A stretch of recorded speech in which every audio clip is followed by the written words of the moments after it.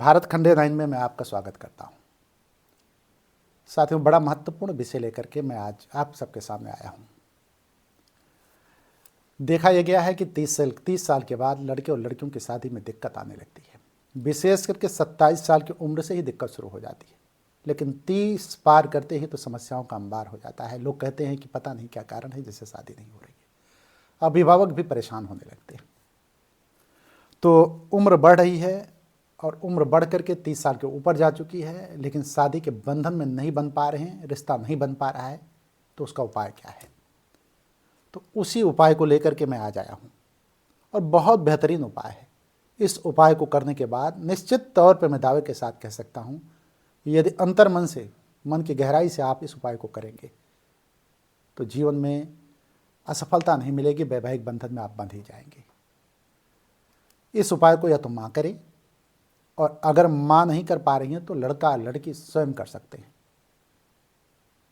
तो उपाय को मैं पहले बता दूं। उपाय के पहले मैं बताना चाहूँगा कि कौन सा सामान इस उपाय में लगेगा। तो पहले आप उपाय देख लें कि कौन सा सामान लगेगा उपाय में।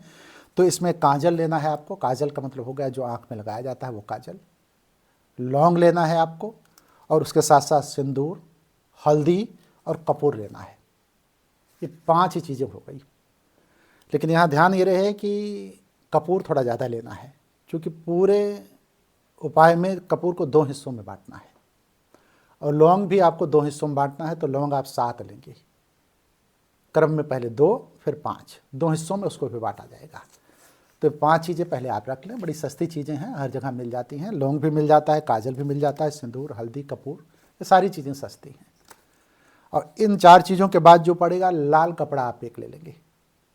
लाल कपड़ा का मतलब इतना बड़ा कपड़ा ना हो कि बहुत बड़ा लें, इतना हो कि जिसमें पोटली बंध जाए, मतलब किसी सामान को उसमें बांधा जा सके। लाल कपड़ा लें। लाल अगर नहीं मिल रहा है तो पीला भी ले सकते हैं, लेकिन लाल ले लें तो ज़्यादा बेहतर है।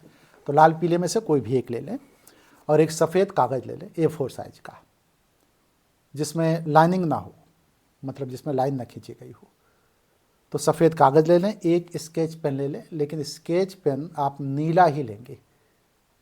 तो स्केच जो लेंगे वो नीला लेंगे, कागज़ जो है बिना लाइन का लेंगे, A4 साइज का, और एक मिट्टी का दिया लेंगे आप जो है। मिट्टी के दिए के अलावा किसी में भी प्रयोग नहीं किया जाएगा। पॉइंट भी नोटेड, इस बात का ध्यान आपको रहे। तो चीज़ें कितनी हो गई? 9 चीज़ें क्यों हैं? पूर्णांक है, 9 पूर्णांक होता है। इसी से सारे कामों की सिद्धि आपकी होगी, सारा काम इसी से होगा। वैवाहिक बंधन में आप इसी से बंधेंगे।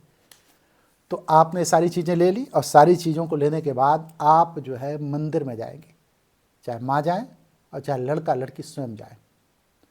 माँ जब मंदिर में जाएगी तो अपने बच्चे के लिए प्रार्थना करेगी, ये उपाय करेगी, और लड़का लड़की जब जाएंगे तो स्वयं अपने लिए उपाय करेंगे। मंदिर सब घर में होता है, कोई घर ऐसा नहीं जहाँ मंदिर ना होता हो। मंदिर में आप आसनी पे बैठ जाएंगे। आसनी पे बैठ करके सबसे पहले आप दीप प्रज्वलित करेंगे, भगवान को प्रणाम करेंगे, और भगवान को प्रणाम करने के बाद जो है सारे सामान को आप उसी जगह पे रख देंगे। जितने भी 9 सामान ये बताए हैं मैंने, ये सारी चीज़ें आप वहाँ पे रख देंगे। अब उस सफ़ेद कागज़ से आपकी शुरुआत होगी। सबसे पहले उस सफ़ेद कागज़ को आप ले लेंगे, और सफ़ेद कागज़ पे माँ अगर है तो अपने बेटे या बेटी का नाम लिखेगी। यदि बेटी के लिए वो ये क्रिया कर रही है, ये उपाय कर रही हैं, तो फिर वो बेटी का नाम लिखेंगी। यदि बेटे का है तो बेटे के लिए लिखेगी। और यदि लड़का लड़की स्वयं लिख कर रहे हैं तो स्वयं अपना नाम लिख लेंगी। लेकिन ध्यान ये रहे कि उस स्केच के द्वारा जो है मोटे अक्षरों से लिखेंगी, और लिखने के बाद जो है हल्दी उसमें लगा देंगी जब पूरा लिख चुकेंगी नाम। और एक चीज़ और, यदि निक नाम होगा किसी का तो उस निक नाम को भी लिखना है। जैसे किसी का एक नाम है, उसके बाद कोई निक नेम भी है तो उस निक नेम को भी लिखना है। क्योंकि जब हम निकनेम से ही बुलाते हैं लोगों को ना, तो उसकी भी एक फ्रिक्वेंसी होती है, उसकी भी एक वेव्स होती है, उसकी भी एक ऊर्जा होती है, उसका भी एक रिदम होता है। तो इसलिए जो है निक नाम को भी आप लिखते हैं। लिखने के बाद आप जो है हल्दी से उसमें जो है हल्दी लगा दें।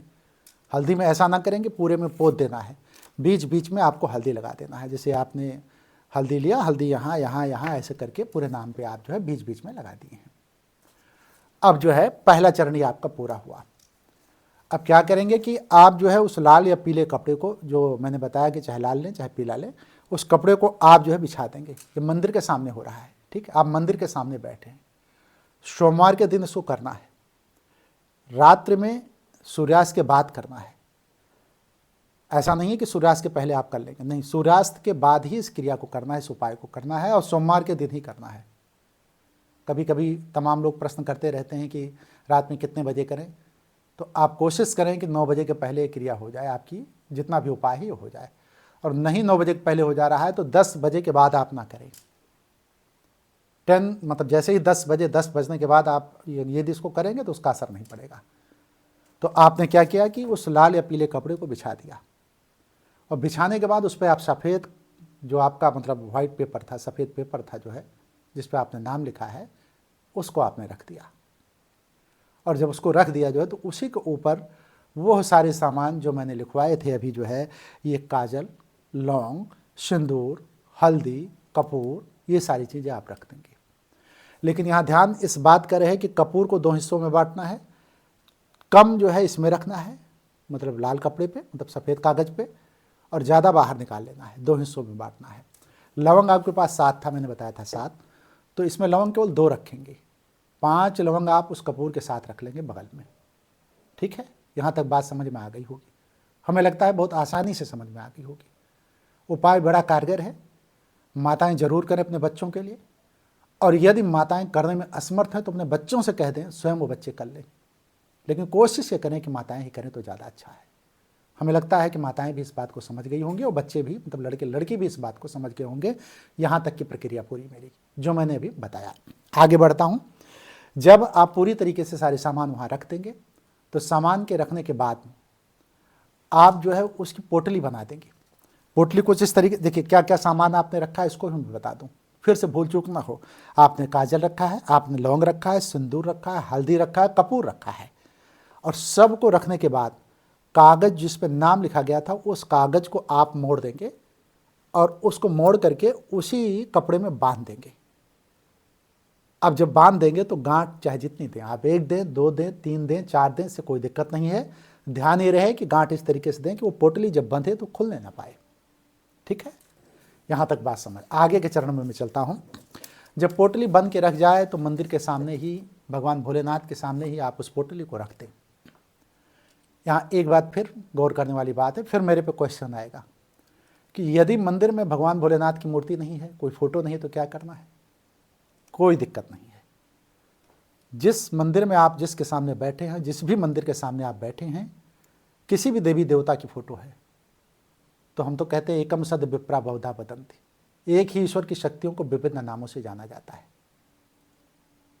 तो वो ईश्वर जो है भगवान किसी के सामने जब रखेंगे तो शिव को ही पहुंचेगा, सब कुछ शिव को पहुंचेगा। तो इसलिए अगर शिव की मूर्ति नहीं है, शिव का कोई कैलेंडर नहीं है, फोटो नहीं है, तो कोई घबराने की ज़रूरत नहीं है। किसी भी देवी देवता के सामने आप रख, मतलब मंदिर में रखा हो, किसी भी देवी देवता के सामने आप रख दें। आपने रख दिया। रखने के बाद क्या करेंगे कि आप रखने के बाद जो है, मैं अगले चरण में चल रहा हूँ, रखने के बाद आप जो है सबसे पहले भगवान को धन्यवाद देंगे। धन्यवाद देते समय कहेंगे कि भगवान जो कुछ मैं कर रहा हूँ या कर रही हूँ, बेटे के लिए, बेटी के लिए या स्वयं के लिए जब कोई कर रहा है तो ये सब अच्छे से होता जाए और सब कुछ सफल हो। ठीक है, एक छोटी सी प्रार्थना आप पहले कर लेंगे। प्रार्थना करने के बाद आप एक मंत्र में बोल रहा हूँ, उस मंत्र का 108 बार जाप करेंगे, खूब मन से, अंतर्मन की गहराई से। जितना ज़्यादा आप जो है उस समय ध्यानस्थ हो जाएंगे उतना ज़्यादा बेहतर रहेगा। महादेव का स्मरण करते हुए, महादेव का ध्यान करते हुए आप बोलेंगे कि ओम प्रभवे नमः। प्रभवे, प्रभवे, वे वा के ऊपर एक ही मात्रा, ओम प्रभवे नमः। और 108 बार इसका जाप करेंगे। लेकिन ध्यान ये रहे कि जल्दबाजी में जाप नहीं करेंगे आप। कभी कभी ये होता है कि लोग ओम प्रभवे नमः, ओम प्रभवे नमः इस तरीके से नहीं, उसको रिदम में ही कहेंगे। जब आप बोलें तो यहाँ से जो आपके नाभि स्थल है, यहाँ से ओम स्वर उठना चाहिए, हृदय स्थल को छूता हुआ नाभि तक, कान मतलब ये तालू तक आना चाहिए, कंठ तक आना चाहिए। तो उसको आप बड़े इत्मीनान से बोलेंगे, उसी रिदम को, उसी चीज़ को, यूनिवर्स को आपको भेजना है। जब ओम बोलेंगे ना तो ओम प्रभवे नमः, तो कहेंगे ओम प्रभवे नमः, ओम प्रभवे नमः, इस तरीके से आप बोलेंगे। और जब आप इसका उच्चारण करेंगे तो 108 बार उच्चारण कर लेंगे। उसके ठीक बाद जो है आप महादेव से प्रार्थना करेंगे। और 3 प्रार्थना मैं बता रहा हूँ, इन तीनों प्रार्थना को आपको 21-21 बार कहना है। 108 बार मंत्र पहले बोलना है, उसके बाद 21-21 बार तीनों प्रार्थना को कहना है। प्रार्थना 1, प्रार्थना 2, प्रार्थना 3 मैं बोल दे रहा हूँ, उसको आप समझ लें। प्रार्थना 1, हे महादेव मेरे प्रारब्ध का जीवन साथी प्रकट करें। हे महादेव मेरे प्रारब्ध का जीवन साथी प्रकट करें।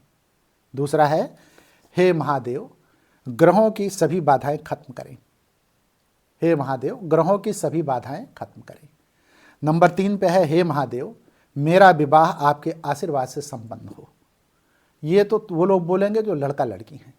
यदि माता कर रही हैं तो माता बोलेंगी, यदि अपनी बिटिया के लिए कर रही हैं, लड़की के लिए तो लड़की के लिए, लड़के के लिए कर रही हैं तो लड़के के लिए। वो बोलेंगे कि हे महादेव मेरे बेटे या मेरी बेटी का प्रारब्ध का जीवन साथी प्रकट करें।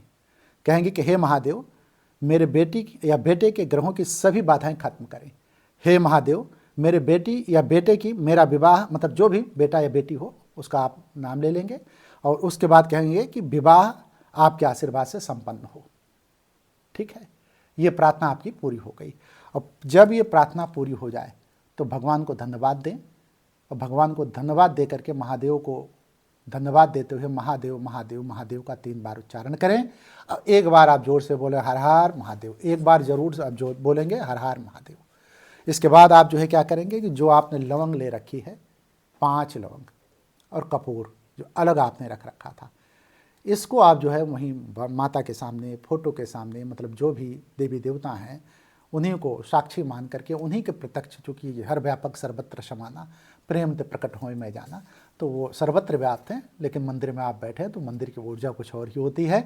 उस मंदिर के सामने आप कपूर को, लौंग को, 5 लौंग को उस कपूर में डाल करके प्रज्वलित कर लेंगे, और उसके धुएँ को, मतलब उस पूरे घर में जो भी थोड़ा बहुत धुआं होता है, जितना भी होता है, आप पूरे घर में घुमाएंगे।